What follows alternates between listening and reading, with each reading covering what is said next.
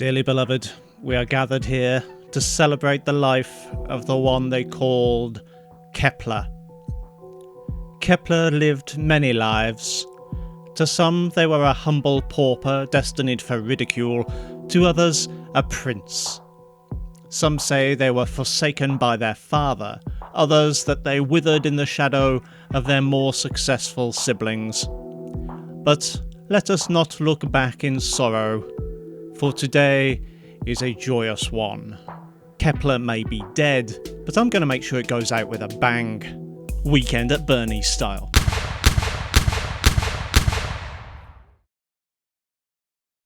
One can't help but feel a bit sorry for the Nvidia of 2013. They would have been, undoubtedly, very proud of the technological terror they had created in the form of the GTX Titan, enough to mark it up substantially over their mainstream flagship GTX 780.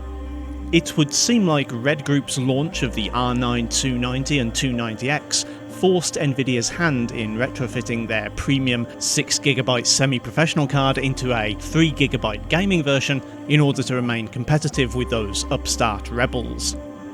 Looked at over the span of gaming history, this can be seen largely as a minor blip that would soon be followed by a renaissance that would last for at least 2 generations. However, that doesn't change the fact that there are a lot of these cards around, and given the current drought, a lot of people probably still want to use them. So how can a GTX 780 Ti owner expect their once top-tier GPU to perform in 2021? To find out, I'm dusting off the old workhorse, the RPG PC. This Ryzen-based system with 16 gigs of DDR4 stands in for pretty much any hyper-threaded quad-core since around the time of the 780 Ti. If you're fortunate enough to own something beefier in the CPU department, I'll be sure to let you know if you should expect better performance. You might be wondering how this is possible. The 780 Ti only has a DirectX 11 feature set, and as such isn't compatible with DirectX 12 exclusive titles like Resident Evil Village. Well, I did a bit of digging around, and apparently this game's exclusivity is actually a bit of an act, as by installing some older drivers the game actually works perfectly well. With the 368.81 drivers installed, I endured the most painful experience Capcom had in store: the settings menu. The game experience was fine, 66 FPS average at 1600 by 900 with low settings, though you may wish to go even lower just to make sure you don't exceed the VRAM requirements. As we probably won't be getting Horizon 1 Dawn on the PC for a few years yet, for the time being we'll just have to settle for the first game, confusingly named Zero Dawn. 1080 original settings gave an average score of 43 and 1% lows of 34. This is actually a few frames lower than my experience with the GTX 780, though this was from a substantially longer benchmark run, and is probably more representative of what you're likely to see from the card. Also, you'll notice that the GTX 780 Ti also suffers from the same graphical glitches that other Keplers do in this title. Sadly, given the ending of support, this looks like a problem that isn't going to go away anytime soon. The 780 Ti performs amazingly well compared to its little brother in Cyberpunk 2077. I double-checked the numbers and this doesn't seem to be an error on my part. At 1080 low I saw an average of 45 FPS and 1% lows of 35. At 720 that average climbs to 70 FPS. This actually slightly outperforms the R9 290X, at least when it was tested a few months ago. Maybe some of the recent patches have really improved Cyberpunk performance on older hardware?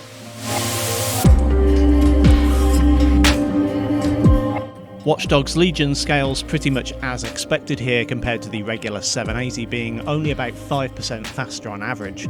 The canned benchmark returns an average of 53 and 1% lows of 40 at low settings. Here though, jumping to medium is actually possible and isn't too big of a reduction, so if you prefer to see London in all its grimy glory, you can get a step closer without enduring a massive hit to performance.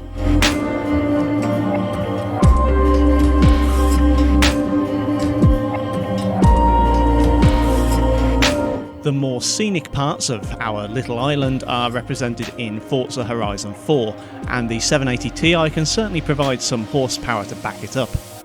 1080 High averages 67 FPS with lows of 51. Dropping to medium still doesn't guarantee a 60 FPS experience, but also, in my opinion, looks almost indistinguishable from high.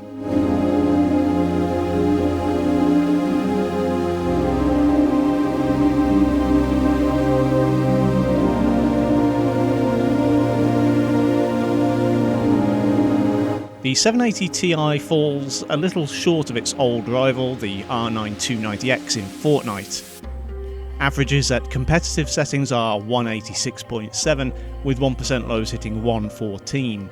Pushing quality up to high and leaving view distance at epic results in an average of 79 and lows of 51.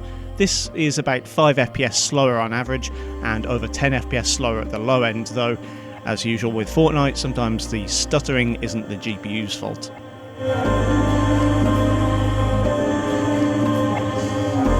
Before I talk about the frame rates in Warzone, I obviously have to address the elephant in the room, the great big blocky shadow artifacts that obscure half the screen.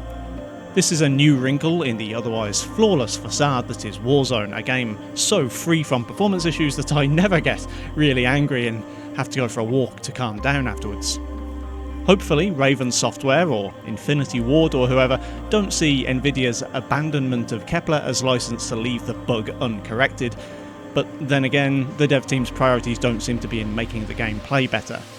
Frame rates are reasonable, giving an average score of 68 FPS and 1% lows of 44, but the shadow glitch makes the game essentially unplayable. Apex Legends is a recent addition to my benchmark suite, replacing the CPU-bound Valorant. Sadly, I'm much better at Valorant than I am at Apex, so I can't give you any entertaining footage to watch. While the 780 Ti doesn't fare very well compared to more recent cards, it's still possible to get a pretty decent frame rate with quality dropped to 1080 at low settings. I saw an average of 94 FPS and 1% lows of 54. For context, the GTX 1060 can beat that by 15 FPS at medium quality, but that card goes for £275 these days, which is almost 3 times what I paid for the 780 Ti. I don't know for how much longer Enlisted is staying in my benchmark suite. As well as being just not that enjoyable to me, it suffers from the same basic issue as World of Tanks. It was clearly made by some people who are really passionate about military history, and in Britain we have a place for people who can happily drop statistics about Mauser rifles and Tiger tanks into casual conversation, and that's at a Wetherspoons before lunchtime. Regardless, I did benchmark the game and saw a pretty acceptable average of 91 FPS and 1% lows of 58. In testing Doom Eternal on the 780 Ti, I realised I wasn't quite diligent enough in my testing of the regular 780. After several runs at 1080 low settings during one of the more hectic parts of the game, I found the Ti scored an average of 55 and 1% lows of 38. This is substantially lower than the 63 FPS average I counted on the 780, which I admit I tested in an earlier level with fewer enemies on screen. As Doom isn't exactly short on segments like this, I think I have to apologise and retroactively recommend running the 780 at lower resolution. Normally I'd conclude one of these videos with my opinion about whether or not a card is a good buy in 2021 based on price to performance, but I'm just going to straight up decline to comment on that. As of the end of August 2021, Nvidia is officially ending driver support for GTX 600 and 700 series cards. Along with the Kepler architecture's lack of DirectX 12 support, this is going to mean a future of games that are not optimised for this card, or simply don't load. Anyone thinking of buying this card today has to factor this impending obsolescence into their buying decision. I admit I'm disappointed, but not in the card itself. With some notable exceptions, Doom Eternal for one, the 780 Ti has held up pretty well, competing with the better remembered, and as a result often more expensive R9 290X. This should have been a contender in 2021, instead it's let down by silly things like the artifacting in Horizon and Warzone. Sadly, going forwards, that kind of problem is only going to get worse, as Kepler passes into obscurity. Thanks for watching, kindly do the usual YouTube things if you feel so inclined, and I'll see you next time.